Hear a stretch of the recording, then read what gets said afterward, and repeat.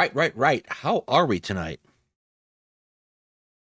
I am pleased to announce that we have officially managed to keep our entire schedule for a whole week. Monday to Sunday, Sunday, Wednesday, Sunday. It is a big day for us. Huge day. Set a schedule. We kept to it. Pop the party poppers. Inform Ripley's.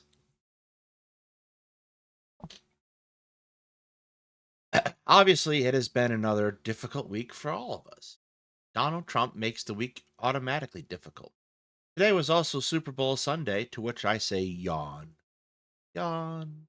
Yawn. Although, as I understand it, the Kansas City Chiefs lost, so I think that means we have 6 more weeks of people being insufferable. It is going to be uh, a relatively difficult week, I think. Again, Donald Trump apparently said today that Elon Musk has discovered some irregularities in Treasury, and that we might not have as much debt as we thought we did, which is alarming because the only thing I can think of that they're actually talking about is Treasury bonds. And I don't want to see what happens to the global economy if the United States decides not to honor some of its Treasury bonds. I feel that might cause a problem. Like the kind of problem that would be funny if lots of people weren't about to die of homelessness and exposure type of problem.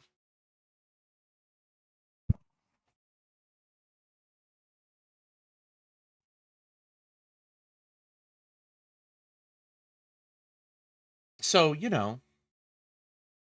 that's probably something to watch out for. Hopefully, someone is freaking out right now in the White House that Donald Trump said this out loud, because tomorrow morning the stock market opens and everyone's going to be wondering what the hell he was talking about.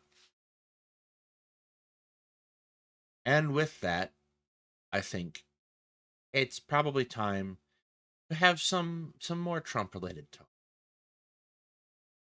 This past week, we learned, well, actually, I think it was a week ago at this point, we learned that Benjamin Netanyahu visited the White House and gifted Trump with a golden pager, which I do believe was set into a olive tree stump, which is kind of messed up when you consider that the olive branch is the traditional symbol of peace, and it cut down an olive tree and mounted an exploding pager monument to it. Just a little messed up. But the even more messed up part of this was when Trump proclaimed that we have to have a plan for Gaza, that the United States will commit troops to Gaza, remove the Palestinians from there, and start rebuilding. This set off a number of alarm bells, most particularly around people who said that Donald Trump was a peacemaker and unwilling to go to war. And more to the point, this set off a second set of alarm bells when people then registered that he said we're going to move the Palestinians out. No one knows to where. And then turn around and hand it over to the Israelis. And more than one person noted that when you propose the removal of a group area based on their ethnicity, what you are committing is an ethnic cleansing, and that this rises to the level of a crime against humanity, even without the necessary problems that are come from this. And I happen to fully agree. I don't think there's any set of circumstances in which the population of Gaza is willingly going to leave, by the way. There's no place they can go. It's not like the Israelis are willing to let them stay in the West Bank as they continue to increase the level of violence by settlers against the Palestinian people living there. So, a fundamental problem will come out that we have just reduced the area in which Palestinians can live. There is no plan at this point to create for Palestine a stable state. There is no plan to halt Israel's expansion. In fact, Trump seems to be giving it a blessing for the most radical solution proposed by various members of the Israeli government during this past year's past war. And this is not unexpected, I guess. The last time Trump was in office, he handed the Israelis a number of their blessedly beloved priorities, such as recognizing Jerusalem as the capital of Israel in a de facto sense by moving the embassy there. Or the fundamental tenets of the Abraham Accords, which attempt to normalize relations with other Arab states without establishing a Palestinian state. This ultimately failed, but it has shown where Trump's priorities lie in the realm of Israeli-Palestinian relations. And this is obviously devastating to the fundamentally on the level of both acquiring statehood and further delegitimizing the peace settlements of the all 2000s. It's functionally thrown them out. There is no real remnant left of any of the Camp David talks or the Oslo Accords or the biannual conferences they held afterwards. It's over. It's basically been destroyed by Donald Trump. And it's not like Biden was uniquely better. Obviously, Biden was perfectly happy to facilitate in whole Israel's campaign in Gaza, war crimes and all. And it's hard to kind of identify a turning point, but it's been argued that the turning point was functionally 2001 after 9/11 when George Bush, or 2002 really, when George Bush gave the final blessing to the settlements in the Golan Heights and West Bank and Gaza. So we are faced with the prospect that unless someone steps in on behalf of the Palestinians, that they will be slowly but surely squeezed out of the land that was negotiated for previously and annihilated piece by piece until their culture is gone forever. And this is where I come in calling what Trump is doing inhuman. Because we know what this does. We need look no further in the United States or Canada than to native reservations. The serious concerns they have about their cultural heritage being wiped out, and the general feeling that this might not be a recoverable state. This is not something that we don't know the effects of. Maybe Donald Trump, but we American citizens, it it is something that's happened before. And it's disturbing that our government would be willing to let it happen again when we know what this costs.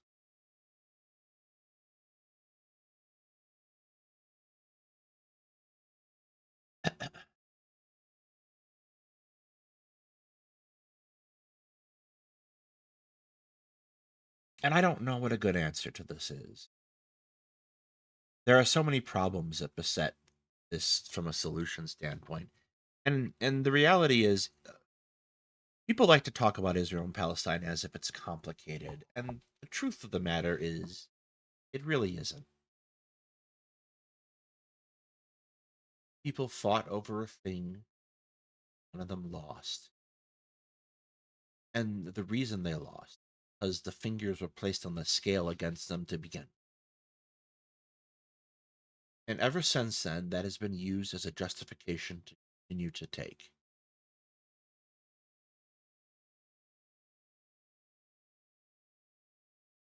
I don't know what else you can say about it.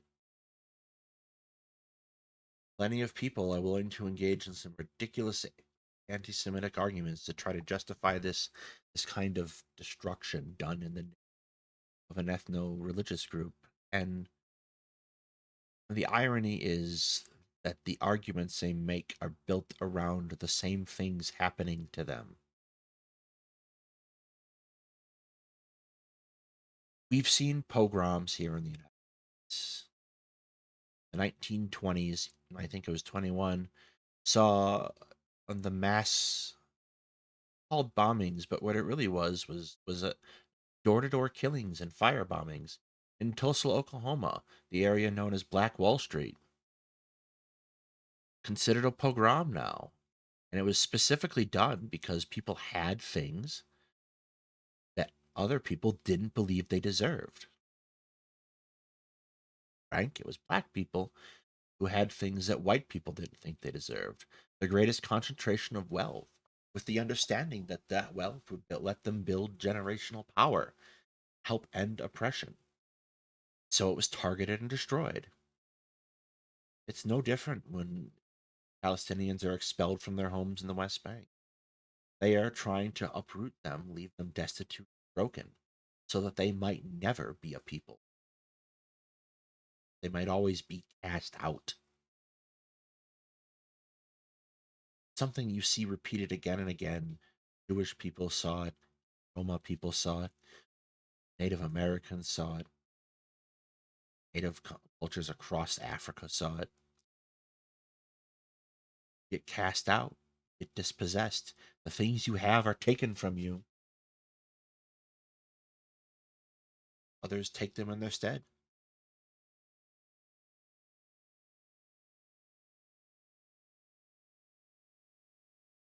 And the trouble is that this is a thing that never ends. It it never ends because one day you come along and you take someone's things and you drive them out and that memory burns them for a generation or two and they come back and do it to your ancestors or your forebears rather and descendants. Excuse me, I can't talk tonight. And so on and so on and so on. Eventually, someone has to say enough, done enough damage.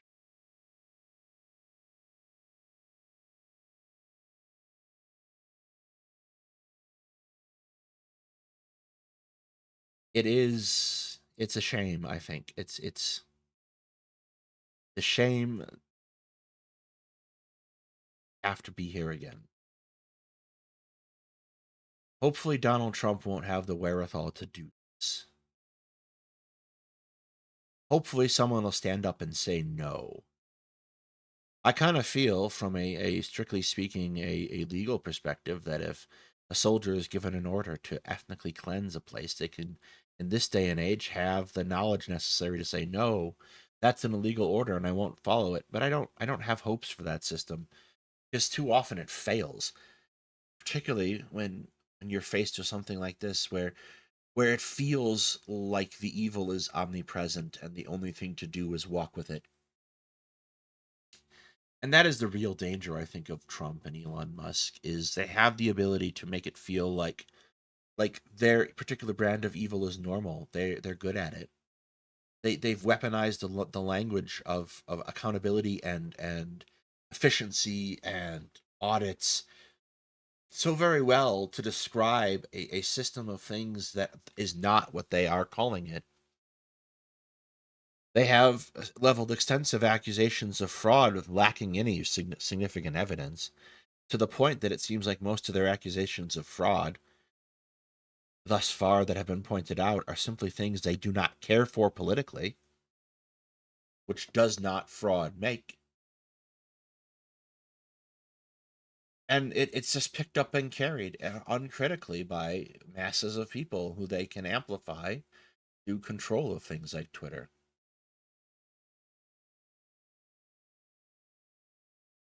So you have a real danger that it's easy to lose your way because you suddenly feel hopeless. When all the world is, insane, you feel like you might follow. And that applies to all of us, I think. It's easy to lose sight of that. But the fact of the matter is that it is an illusion. A lot of terrible things are happening. Potential for a lot things to get worse exists, but it requires our acquiescence to let it get worse. will have to be able to say no. And in reality, they probably will. A lot of what Donald Trump has done, we've talked about already, has been unconstitutional or arguably unconstitutional, such as his attempt to nullify an entire section of the 14th Amendment,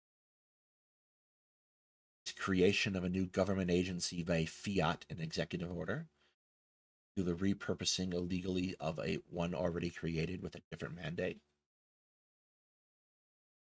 These things are wrong, and people are calling them wrong. And in particular, on that front, we saw a little victory. A judge did, in fact, when we were talking about Wednesday, a judge did, in fact, turn around and rule that Dodge does not have the right to access your personal information through the Treasury Department, and that neither does the Secretary of the Treasury, which seems trivial to me because the Secretary of the Treasury shouldn't be monitoring payments going out. They should be running the goddamn Treasury. Additionally, they said that Elon Musk must destroy the data he's already stolen. Naturally, this upset conservatives something fierce. They tried to argue that the judiciary does not have the power to prevent the executive branch from doing things, which I would note would be substantial news to the Biden administration when they tried to cancel student loans.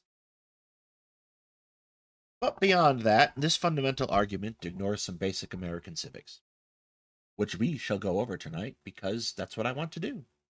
My show. And the powers of the court are pretty firmly set down in Article 3 of the Constitution. If you're not familiar with Article 3, it provides for the creation of the Supreme Court, and it sets out things like what treason is and what the courts are supposed to do. And so we have Article 3, Section 2 of the Constitution.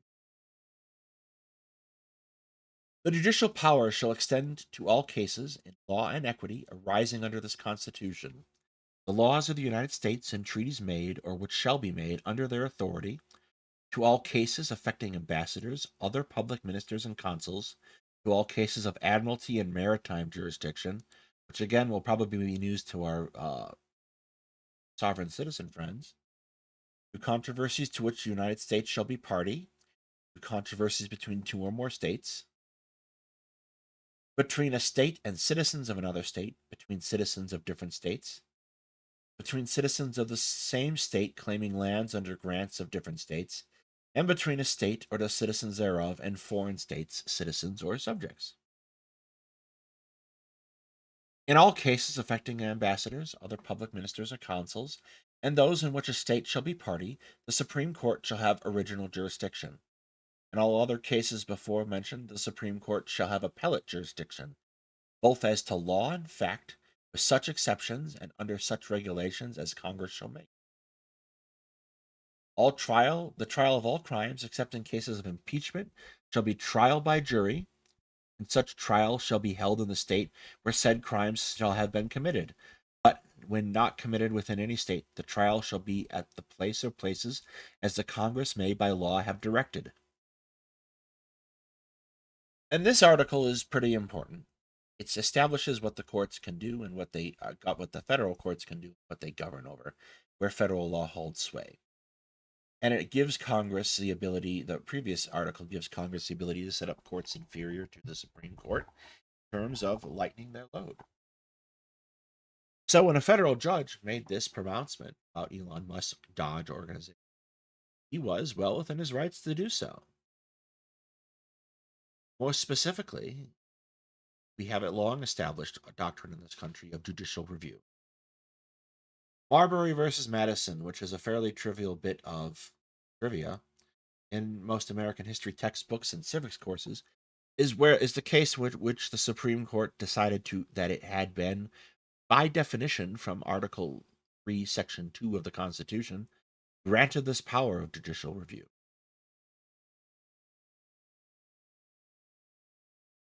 And that power gives the Supreme Court the power to review and declare acts of Congress as unconstitutional.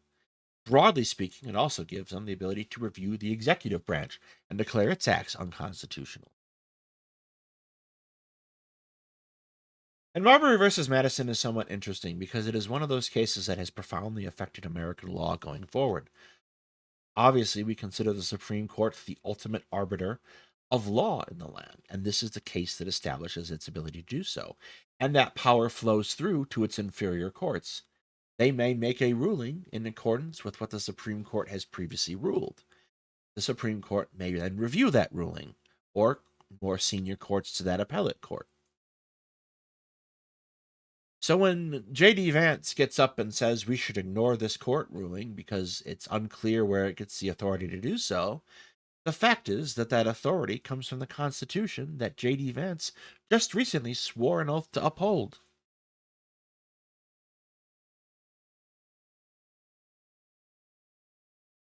So you start to see the problem. The misinformation machine that the Republicans crafted is perfectly willing to engage in such a way that it will weaponize the courts when possible and then ignore them when the courts have ruled against them. This means that we are sitting at a fundamental breakdown of the law in the United States and a fundamental ignoring of the Constitution. And if the president and the vice president, the agents of the president and the vice president, are not acting in accordance with the Constitution, it is unclear from where they derive their authority other than brute thuggery.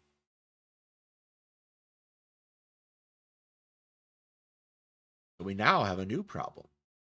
The United States government is ruling itself illegitimate through its unwillingness to entertain the process that it has sworn to uphold. In this particular case, Congress must act to impeach the president and the vice president if they fail to abide by the law. They, after all, swore an oath. And we run into a new problem now. House of Representatives is captured by people utterly loyal to Donald Trump. They have forsaken their loyalties to the United States in that case. The power that Congress has to rule over and pass laws for their people is now in question.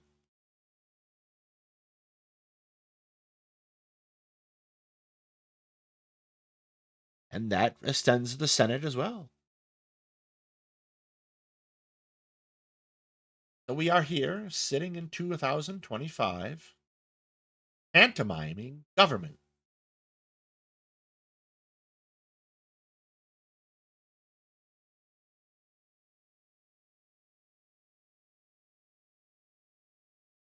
This represents a problem because the fundamental security that you enjoy is built around the concept that the government will obey its own laws.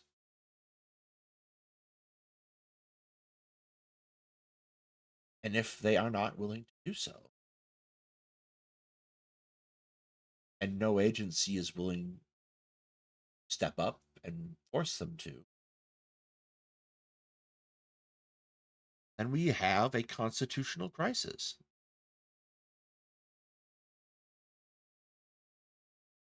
And I want to point out that it took 3 weeks.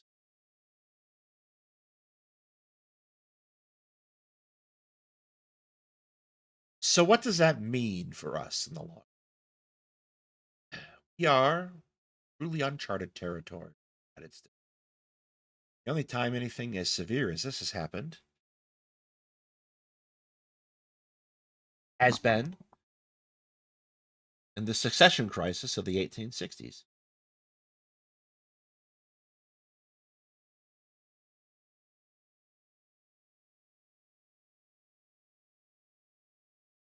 The ultimate thing is, I don't have an answer for you as solves this.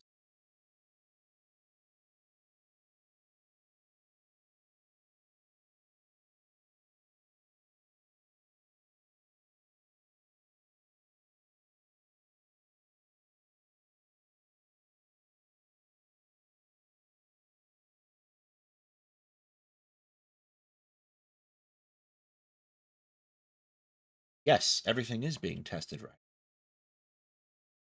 and we are failing. So let's hope for the best. Perhaps into see the Democrats take back Congress. Probably going.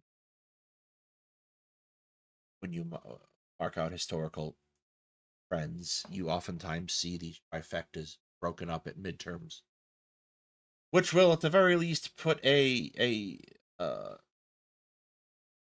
veneer of a battle on it. But it's unlikely that the Democrats are going to take enough seats to be able to unseat Trump.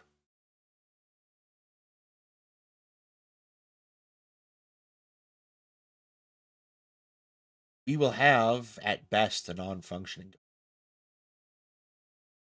And of course, we have to turn around and answer a much more serious set of questions after the fact. When Trump is all gone, finally, excised the cancer from our system,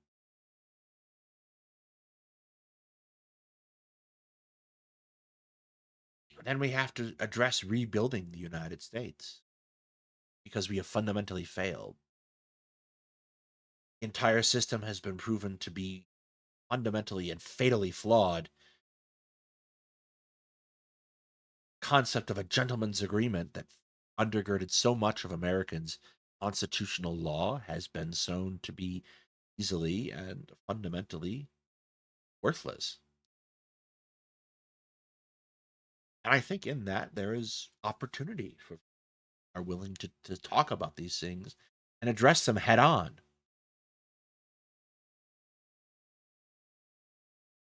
We are going to come to a point where the United States has to change.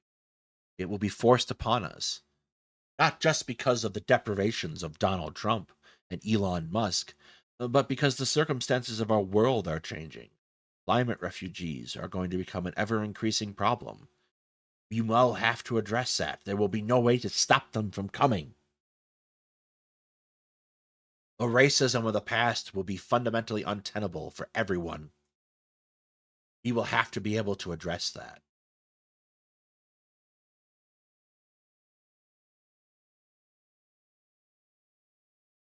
So now is the time for you and me and everyone who cares deeply about these things to prepare.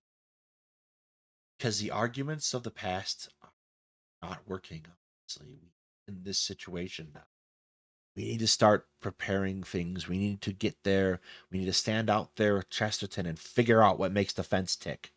Why is that fence in the middle of the road? And be able to answer that strongly and resoundingly and convincingly. It's time to prepare and learn. It's time to begin to function as debaters and arguers for the things that we hold dear and believe in. Because when you can explain the what and the how in simple and concrete terms, then it is much easier to get people to follow you.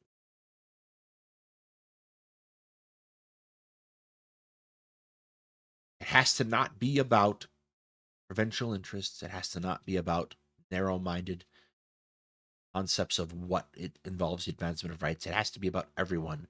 We must advance along everyone's rights. We must be willing to argue for that because that will bring forth those causes we care about. It becomes possible to advocate for the rights of trans people if we are able to advocate for the rights of all people. Because you're better at making the arguments then. The arguments become trivially true. We have to stop engaging in sophistry and show how things work out for us in concrete ways when we work together collectively.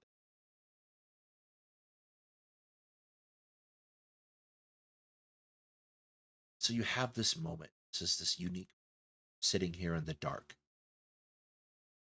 And I can't tell you that there's going to be light at the other end, but if there is light at the other end, then it's time to fight for it differently.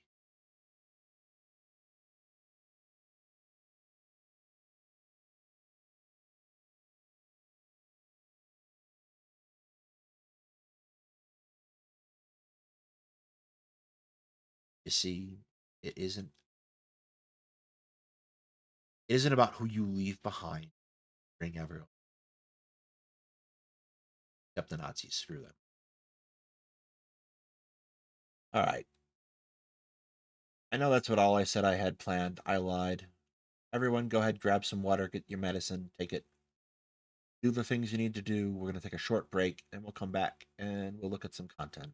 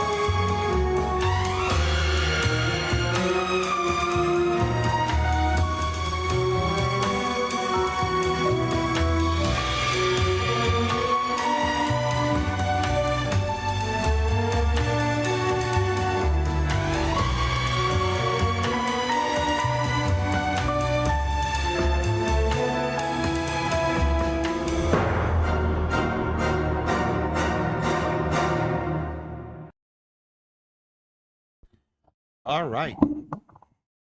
Everyone is joining us back again. All right. So this is the channel Mr. Terry History, who, as he says, is a high school history teacher who does mostly React content for history channels. And recently, he encountered for the first time what a faultist. And frankly,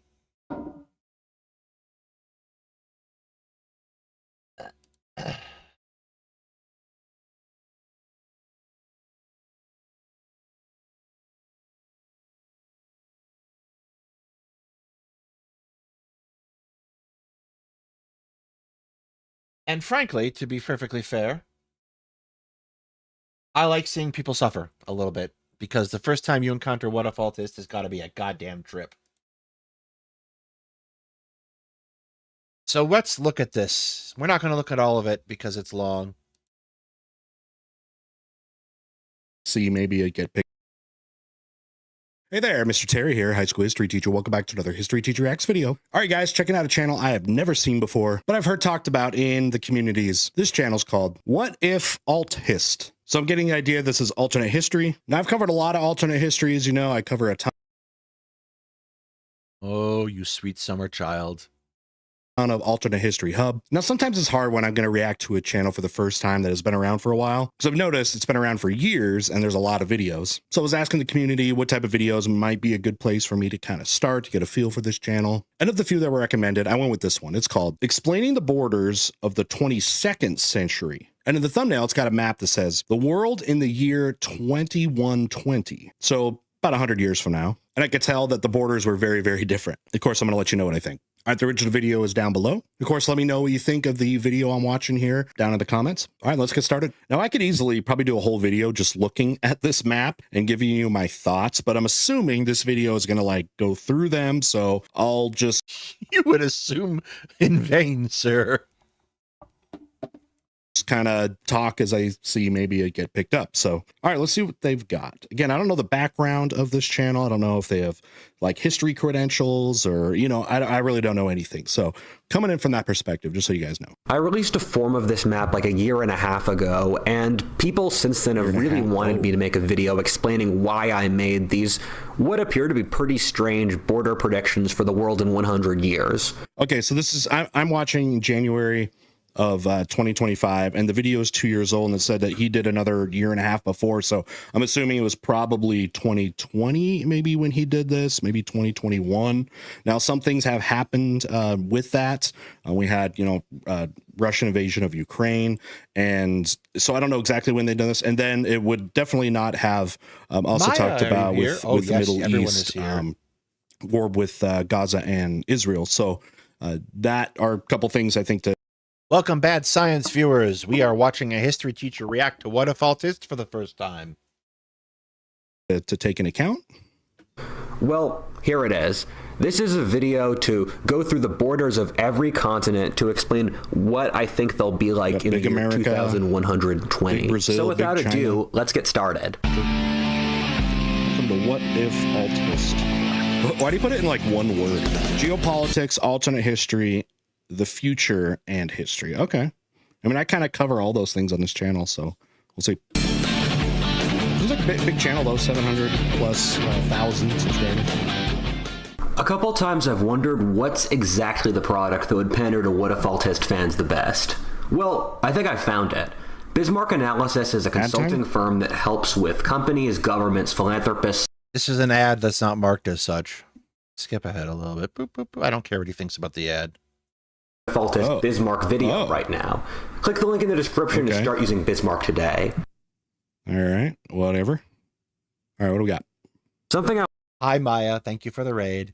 I want to remind this audience about is that this map isn't gospel, territory? And I'm not certain the world will turn out like this. All right. It's often funny for me when my fans take this map and other maps I make more seriously than I do. And wait, what do you mean? People don't take stuff seriously on the internet, but okay.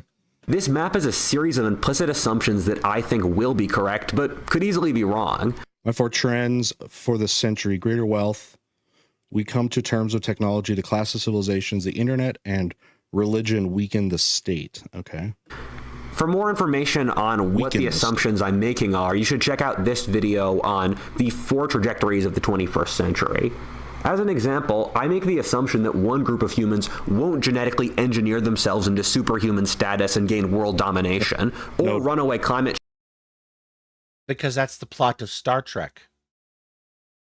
Successful eugenics programs. Both of these are within the range of possibility, however. Or I've heard compelling arguments. I don't know about that. You see, if you watch Star Trek, you'll notice that the timeline for the eugenics war keeps getting muddy. In fact, there was a whole episode of Strange New Worlds in which the antagonist last season, the antagonist points out that the timeline for the eugenics war keeps getting muddy. In fact, it doesn't appear to have happened at all after they made a number of allusions to it at the end of Picard season 2. So, you know, maybe not. Climate both stuff, for greater centralization and greater decentralization in the future, and I'm frankly not sure what side will win, and so I created a midway scenario here. Preface Peter Thiel. Yeah, I know about him. Yuval Noah Harari. Okay. As I always say, I'm betting against God here, and there are infinite ways to be wrong with predictions and only a handful to be right. With that out of the way, let's get started. That face. That face. That face. You can already see this growing look of concern. Part 1, North America. Okay. Canada is the most confusing and complicated part of this map. In a previous rendition of the script, just explaining the Canadian section took a tremendous amount of the video, but luckily enough, since then, I've made a video about the potential future of Canada. Click the link to that video for more details. The long and short of it, however, is that... Well, going back to the original there, if the United States was going to merge, or some of these states were going to, I don't know... Guys, it's okay. I think Sunday is in British Columbia. We're good. Secede from Canada, these provinces, I should say, secede from Canada and join the United States. It'd be those central ones. They're the ones that seem to be a little bit more similar in a lot of American politics and things like that. Whereas, yeah, British Columbia, you've got that out there, and then Ontario, they're definitely with Quebec with French Canadian. So I guess if that was going to happen, it would probably be these sectors, I guess. Amount of the video, but luckily enough, since then, I've made a video about the potential future of Canada. Click the link to that video for more details. The long and short of it, however, is that Canada is a loose confederacy of various provinces with very different self-interests, and these provinces build various coalitions and arrangements in order to keep Canada a unified country. Well, what also keeps Canada, I guess, unified as a country, would be that their provinces hold a lot of power. A lot more, you'd probably say, than like states in the United States. We have a lot of, again, like kind of federalism and the idea of like a federal government having a lot of power, where again, British or Canadian, like I was looking at like British Columbia and stuff, but yeah, Canadian provinces have a lot more autonomy. However, which is also an argument you can make for the United Kingdom as well, I think, broadly speaking. Like, I don't dislike Mr. Terry, by the way. Don't take anything in this video to me be ragging on Mr. Terry. I just enjoy the potential for the clash here. I think that due to a combination of a crisis in Canada's identity and very different demographic trends with aging between the western and eastern provinces of Canada means that the ideologically more conservative and... Hang on a second. That's a demographic for all of Canada, and that's a demographic map for all of Alberta. They're not hugely different. Aligned with the U.S. Western Prairie provinces will want to join America at the middle of the century. Looking at cycles across American history, the U.S. will likely be going through a golden age at the middle of the century, meaning this will look very attractive, while at the same time, Eastern Canada would be going through horrific aging, thus depressing its economy. Once the Prairie province... I mean, there are a lot of factors other than aging that would come into play there, for sure. Go the tapestry of alliances that... I wonder if we're going to be seeing mounting horror happening here. Holds Canada together starts to fray.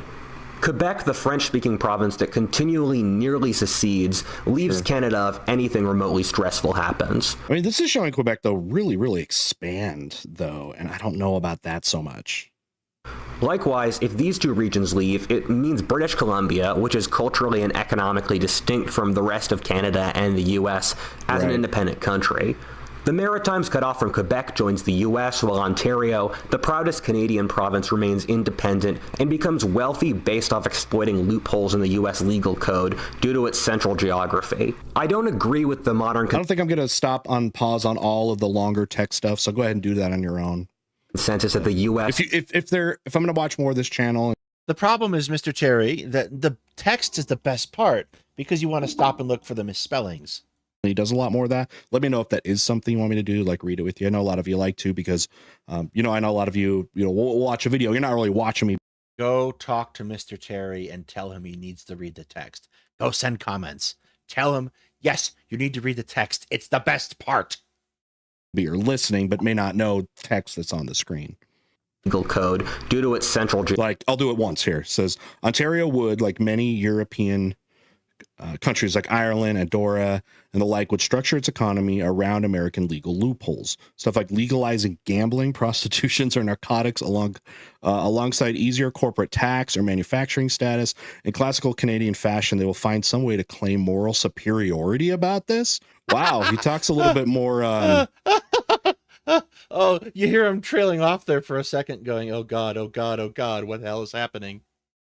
Hyperbolic, almost in a way, in the text than I guess what he is speaking there. Yeah, if some kind of civil revolution is going to be happening in Canada, though, it's not going to be in Ontario. Much more, it's almost happened to brink many times would be in Quebec, or again, areas around like Calgary, Edmonton. So if you don't know, I have a very good friend creator, Dame Offensive, who used to do Total War Warhammer videos. She is currently living in Quebec. She knows French. Good for her. The conversations we have about Quebec are just fantastic, by the way. Quebecois, really interesting people.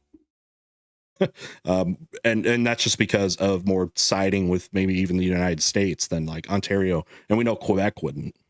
Geography. I don't agree with the modern consensus that the U.S. is really in decline as a superpower. At least not the fall of Rome that so many pessimists believe. Are woke or something? I think the U.S. has become. Well, hang on a second, because the whole point of your video because I looked at your video about is United States Rome, and the whole point of your video was that you did fundamentally agree with this concept, to the point that you were trying to manipulate the concepts of American history to fit within Roman history completely inappropriately.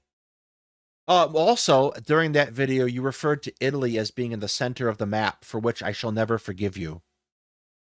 Becoming the next Roman Empire in a real sense, and will experience several gold ages and dark times across the next century. Empire period or Republic period? With the current period being one. Okay, You're giving him way too much credit there, Mr. Terry. I think I do need to actually read some of these because these might be kind of spicy. Things to keep in mind with the American Empire. Number one, other empires like British or Romans were self-governing in the same way South Korea or Germany, although they were more heavy-handed than the United States. At what time? South Korea was built up by the United States, and modern Western Germany was built up by the modern United States. Unless you're talking about pre-World War II. And in that case, South Korea was never like that, nor did it exist. Number two, the U.S. exerted... There was a Korean empire, but not a South Korean empire. And it was a fairly successful maritime empire as well.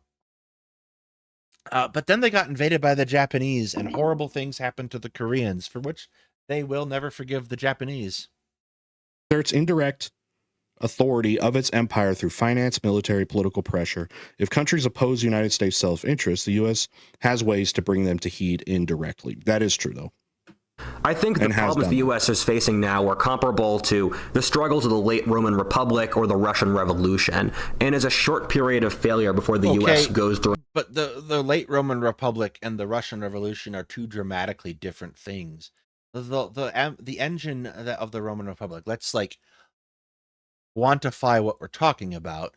Julius Caesar, Octavian Augustus-ish, the first and second triumvirates, that kind of power-moving position and thing. The fundamental engines of the Republic are co-opted much more successfully by Octavian, obviously, because he didn't get stabbed on the Senate floor, and rebuilt into a rubber stamp for his own rule of Rome after he defeats Mark Antony. This is like a dramatically different thing than is happening. Whereas with the Russian revolutions, you have a series of events where first Tsar Nicholas is basically given the polite choice to abdicate. And after that, you have a provisional government. You're a Lepidus fan? Okay, fair. He's the worst faction to play in the scenario for the second triumvirate in Rome 2. Hands down the worst.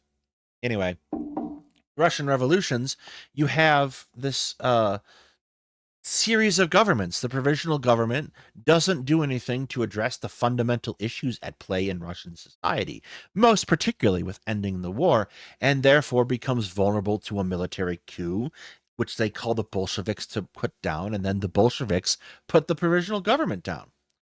These are really different things. The fundamental organs of the Soviet Union then have to be rebuilt from the ground up. The Red Army is, and the period of the Russian Civil War are dramatically different things than the Romans' civil wars. Roman civil wars actually happen pretty frequently too, if you are familiar with Roman history. Like even before Caesar, you have cases like the Gracchi brothers and other such cases. There's a good book, if I can find it, the title exactly, Storm Before the Storm, which talks about these kind of crises that precede Caesar. So like it's not enough to simply say, oh, it's a transitional period between two things, because inside that concept of a transitional period, you can have a lot of different ways that a state or a government or a people can go, and a lot of different things that can happen to different people. So you can't really like just vaguely gesture to these and go, haha, it's a transitional period.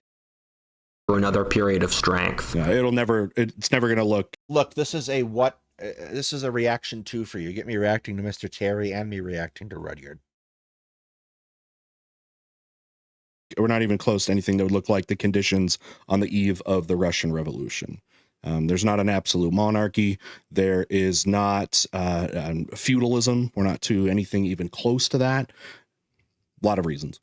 However, this map underplays America's strength, since the U.S. will almost certainly dominate the colonization of space, which isn't on this map of Earth. Probably. Meanwhile, when looking at Central America... But even that's not going to be large scale. Mars, Moon, no. We can't... Here's the trouble. And like this is worth talking about with Elon Musk in the news. Space is difficult. Like, consider the amount of work and effort that goes into maintaining the operation of the ISS. And we're not talking just about things like logistics of sending up a rocket with supplies and new astronauts and cosmonauts and doing experiments and that. Like, that's all monumental work in and of itself. But the work to take people and put them in space for long periods of time, monitor them, make sure they're prepared, involves a pretty significant amount of investment and pre-work ahead of time. The idea that we are close to a position with our current technology where we can handily manage a long-term colony at either the moon or Mars is kind of silly. It would cost tremendous amounts of money, and it is not viable at this current stage. And a big part of that is because the colony in and of itself would be incredibly precarious.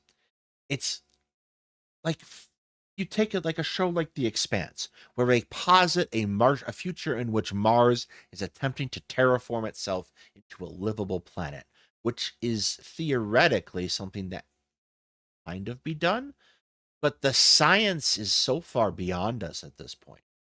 It's not even a question of not knowing what we have to do.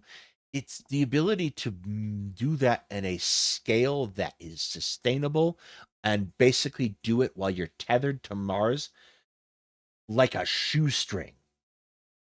So space exploration is going to come a long way, I think, if we can survive this current little bump we're going through.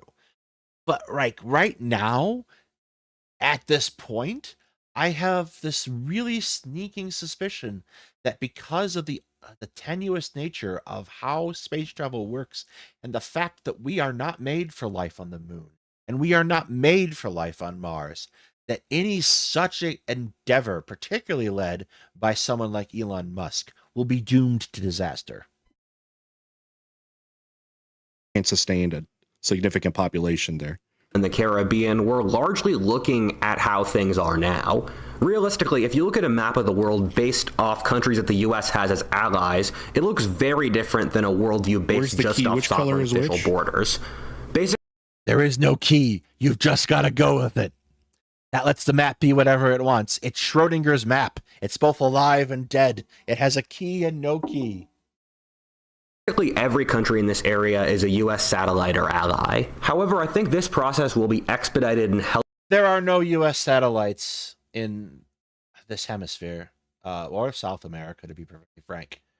They are all independent nations with their own agency and ability to act. When we try to describe nations as like proxies and satellites, we are being, what's the word? Reductive. Reductive is the fair word there. Uh, the problem that you run into with that is that it implies that the United States has a level of control that is direct over these countries. Satellites are like the Soviet Union satellites in Poland and Germany and the countries of the Eastern Bloc. They installed the Communist Party, they kept the Communist Party in power, and those Communist parties took their directions from the Soviet Union in Moscow. We don't have that kind of relationship fundamentally with countries.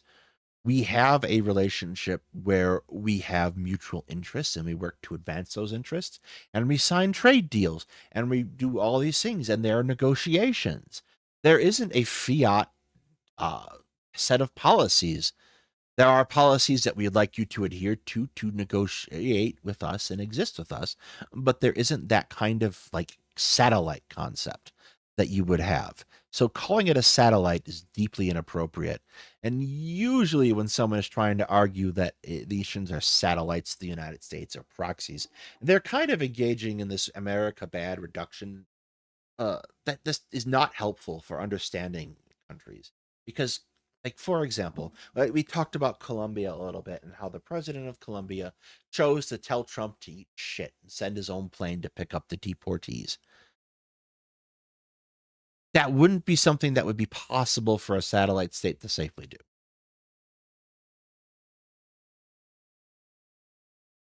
Helped by the assimilation of Hispanic Americans, which is already occurring very quickly. That is true. Imagine how much it would help American-Latin relations in a country where many prosperous American states are plurality Hispanic, and Hispanics have gained significant political influence, maybe even with a Hispanic president. Well, what we found, and we saw it in this last election, how the demographics of voting, for if we want to use that Hispanic term, how that's changing, and that's because of this is how immigration and stuff is going to work. With every generation after the original immigration, each generation is going to become more assimilated into mainstream American culture and politics, and that's happening with people of like any kind of Latin American descent or something like that, and it becomes less divisive. They used to vote in much larger blocks than they used to, and now that's not so much the case. We saw it with the most recent elections in 2024.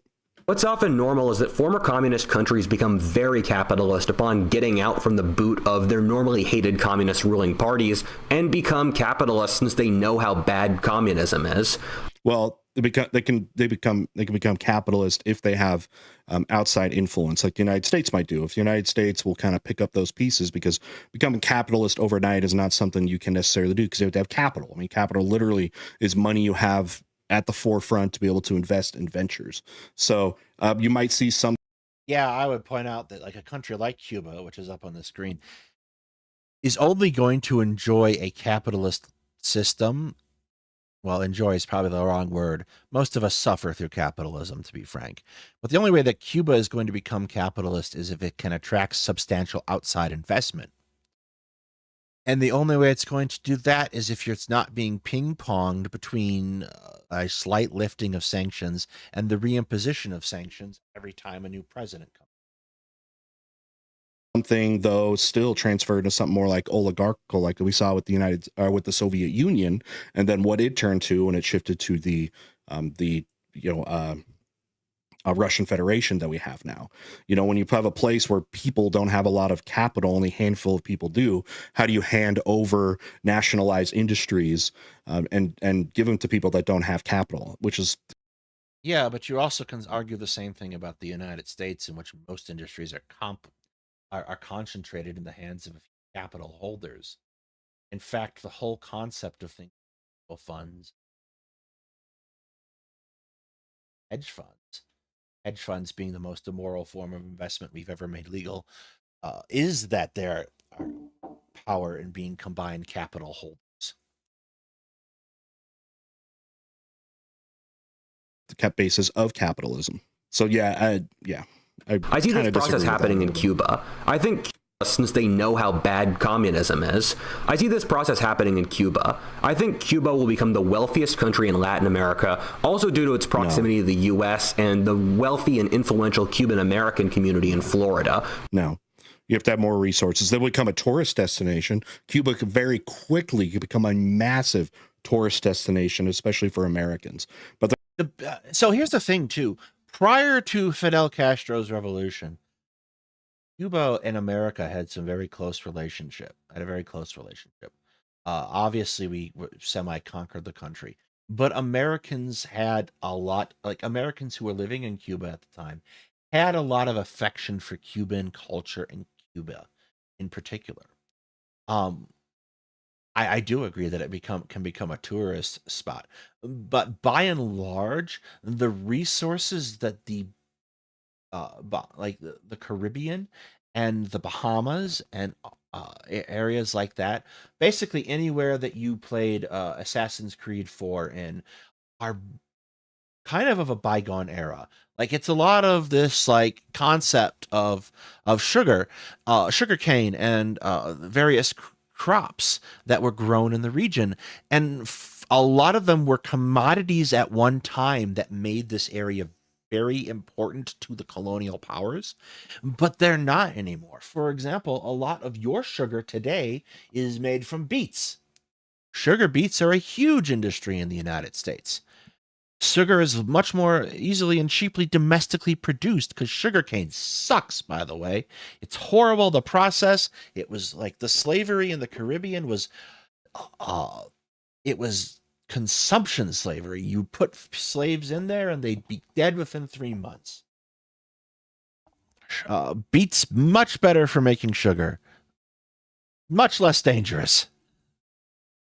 they're not going to be able to compete with the resources of something like Mexico or oil producing nations around all of Latin America. I would point out that Mexico and Venezuela also have a significant amount of oil, in some cases untapped.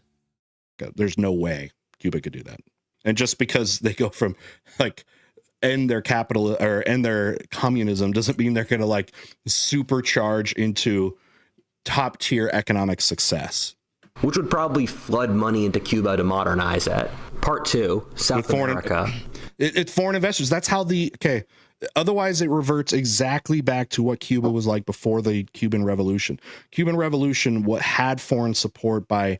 Yeah, and there's another problem here too, is that Cuba already is an oligarchy. So like what you would have, like what you had in Russia, is that the people who already had power and money continue to have power and money. Capitalist nations aside, again, like the United States, that supported leaders of Cuba that had those kind of tendencies to accept foreign resources and even ownership, you would say. And then that led to the revolution, against Batista. Like, he was seen as a dictator that was selling out the country of Cuba to the West and to foreign influences as their resources were being extracted and the benefits were not going to the Cuban. Yes, Palm Dad, our resident gardener. Like cold, grown in winter. Colorado, town I live in, big old beet processing plant. Town that not far from where my grandfather set up his summer house, beet processing plant in Wisconsin. You can grow beets like in lots of places. The tropical belt that sugarcane requires is very limiting. You already have terrain problems, and you don't want to knock out that further terrain to make sugar in the first place. You want to preserve a lot of these tropical areas as they are, particularly the rainforests. So, yeah, sugar beets are, for the process of making sugar, if you must, better, substantively so. And that's kind of the thing, is like a lot of the crops that were key to the development of the are just not as globally relevant now as they were, which means that they have to function off of different forms of economic growth. So that's why the Bahamas and the spots. That's why they're sending through 100,000-ton cruise ships on a daily basis, because it makes a hell of a lot of money in port fees. People, it would just recycle that. It would have to transition into something else. They're not just, I mean, but again, it could be problematic because depending on what the economic state is, and especially what the economic state of people that want to enter into private business in Cuba, that could change a lot depending on what kind of resources they have, just like what happened at the end of the Soviet Union. I don't see a lot of border changes in South America. As I said before in a previous video, South America has actually been hurt in some ways by its borders making too much sense, in that in almost all cases, South American countries are built around fertile heartlands surrounded by impassable jungles. So, yes, setting aside the fact that the United States is a principal participant and egger on, I guess is the best word, agent provocateur of civil wars in South America, the fundamental issue that South America has is not that its borders make sense. South America is, in a lot of ways, a picture of what the United States would look like without the influence of a federal government. You have a lot of different countries coming out of colonialism, different colonies, and they're all sort of occupying the same space and fighting over a set of resources and their legacy. The problem isn't that the borders make sense. The problem is more or less that there hasn't been that particular force, which is probably good for some of the peoples of South America, but very bad for others. Deserts or mountains in the fringes. This is a blessing in making this unusually peaceful continent, but also means there's never competition or pressure to really improve between countries. No, that's not it. I also don't. I mean, well, I mean, Brazil has a growing tech center that is huge for their economic growth there. And agriculture obviously still the backbone of places like Argentina, especially because, again, after their colonial era, they kept with exporting their natural resources, especially food, to imperial nations, which did, I guess, end up putting them behind a little bit, rather than not trying to industrialize right away and just continuing to export raw materials. When you get up north with Venezuela, it's still going to come down to oil. Same with Guyana. They had a massive, I guess, finding of oil fields there. And there's also a border dispute between Venezuela and Guyana over those oil fields,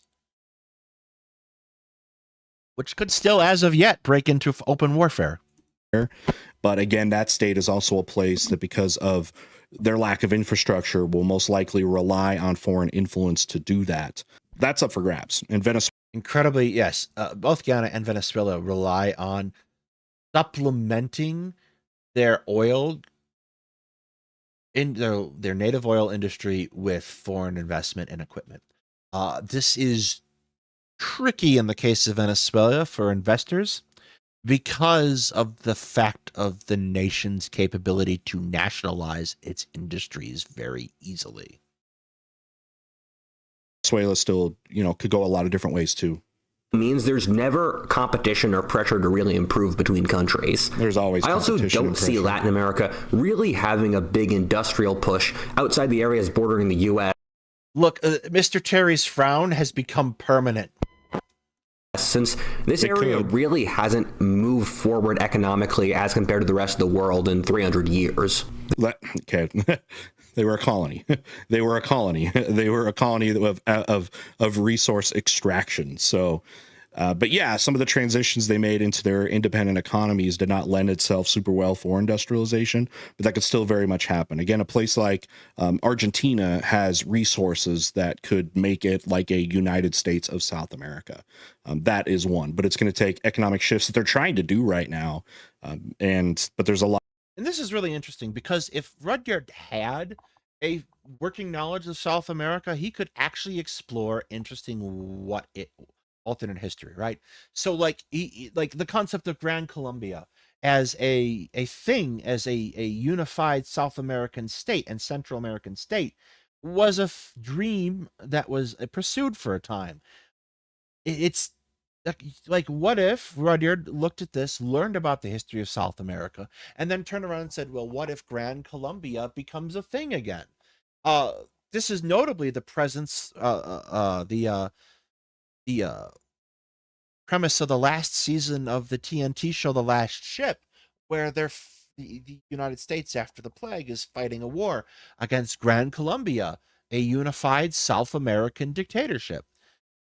This concept, like, of South America, like this inability that he has to kind of wrap his head around antecedent events and understand how they can affect future development, it really limits his ability to be an effective historian and to also be an effective alternative historian. A lot that could happen by then. The U.S. allies here are the ones the U.S. largely has now. I'm adding Venezuela for the exact reason I see Cuba becoming an American ally. The future of Venezuela as a society is largely dictated by whether they can get their act together before or after we switch away from a predominantly oil economy, if we do. The only border shift I could see is that the wealthy, white, and culturally distinct southern Brazil splits off from the rest of the Brazil in the crisis of the third world that I anticipate in the next few decades. Now, I know when you're looking at this racial part too, and it does also follow some of the economic divisions as well, with a lot of that wealth being centered down in the South. Now, remember, Brazil, just like any of the Latin American countries, the Spanish-speaking Latin American countries, had in their colonial era as well as their post-colonial era, a very racially stratified society. You study they still do, dramatically so. Kind of social group breakdowns, and essentially the closer you were ancestrally tied to your European ancestors, which also made you essentially the whiter you were in that way, were given a lot of more privileges and social standing. And that it was like that always. It was always like that. And when those countries became independent, that did not end. You still had a lot of connections between kind of, I guess, racial interpretations as well as socioeconomic divisions as well, fell on the same lines and have done that before. So that's history. And this is an incredibly common thing that you find throughout societies. The strict delineation that you will find in some racial societies still exists post-racial, like, quote unquote, post-racially. Rwanda is a fantastic example of a country in which their racial divisions spill out into violence after their colonial period due to the colonial period. These things don't go away. They are permanently scarring events, which is why I talk so much about the need to walk away from those things as concepts that we put a lot of stock into. The other thing is, I want to make a joke. There are a very big number of German-speaking Argentinians that suddenly arrived in the mid-40s, and it is important not to ask very many questions. Okay, Hans? And if he's saying that, has I think really ignored a lot of the 300 years since colonization, in which central Brazilian power will become autocratic and weak. I would see them align themselves with the white southern cone of U.S. allies that exists in the region, like Uruguay, Argentina, or Chile. That is true. Part 3. That is true. Culturally, kind of that way. I mean, still, again, there was that former Portuguese philosophy, but again, you still have that kind of like peninsular Creole kind of dominance in the. What do you mean Argentina is white? Argentina is not white. It is most pleasantly not white. Shh! No talking about Argentinians being white. Okay, Hans? Culture and socioeconomic patterns of Latin American countries. Okay. Anyway, so yeah, there was a lot of, I think, mistaken history or just not really looking at some of the historical trends there, potentially. I think now we're coming up on an hour and a half. It's been a night. Let's save some of this. Let's keep doing this because Mr. Terry, like that face right there. Mr. Terry is only slowly discovering the horror, and the horror can only continue. So the plan is to bring Bay back on Wednesday and continue our streak of sticking to a schedule. Wednesday nights, Sunday night shows. It's what's going to happen. Even if it's just me, I swear to God. Obviously, I'll let Hetman out of the basement. You know, it's just what has to happen. At any rate, I want to thank you all for coming out tonight. I hope you all have a good week. Stay safe. Keep in mind what I said earlier. It's something to think about. It's time to learn how to do this well. All right. Have a good night, everybody.